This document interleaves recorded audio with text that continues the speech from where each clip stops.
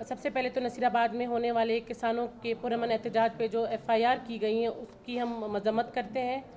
और ये जो एफआईआर थी वो जितने भी इंतज़ामिया थी, इंतज़ामिया से मुज़ाकरात करने के बाद जो है ये एफआईआर की गई है।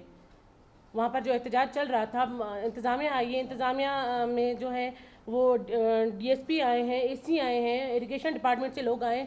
मुज़ाकरात करने के बाद ये कौन सी एफआईआर होती है, और पता करने पे पता चला है कि एफआईआर जो है वो एक कांस्टेबल ने की है। जब उनसे मालूम हुआ है तो कहते हैं कि ऊपर से कोई प्रेशर था हमें। ये ऊपर से कौन सा प्रेशर होता है जो इस तरह की जो है वो एफआईआर की गई है। ये एफआईआर जो है एक साजिश के तहत की गई है जो मिनिस्टर इरिगेशन ने खुद बैठकर करवाई है। और दूसरा ये कि अभी तक रबी किनाल में नसीराबाद में पानी बिल्कुल भी नहीं है। बूंद बूंद को लोग तरस रहे हैं। पूरे पाकिस्तान में सैलाब आया है, ख़त्म हो चुका है, कुछ भी हुआ है, लेकिन रबी में अभी तक पानी नहीं है। मिनिस्टर इरिगेशन के जो है स्टेटमेंट पे लोगों ने वहाँ चावल की बीज लगाए हैं, वो जल गए हैं। वहाँ पर लाखों करोड़ों का नुकसान हुआ है लोगों का। और अभी जो है वो टमाटर की फसल काश्त हो रही है नसीराबाद साइड, अभी भी पानी नहीं, वो टमाटर की पनीरी भी जल रही है।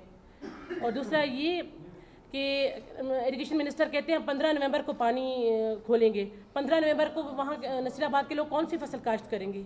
गंदम का सीज़न भी चला जाएगा। ये सिर्फ एक ज़िद के तहत, ये एक ईगो के तहत जो है वो पानी नहीं दे रहे हैं नसीराबाद के आवाम को। और दूसरा हम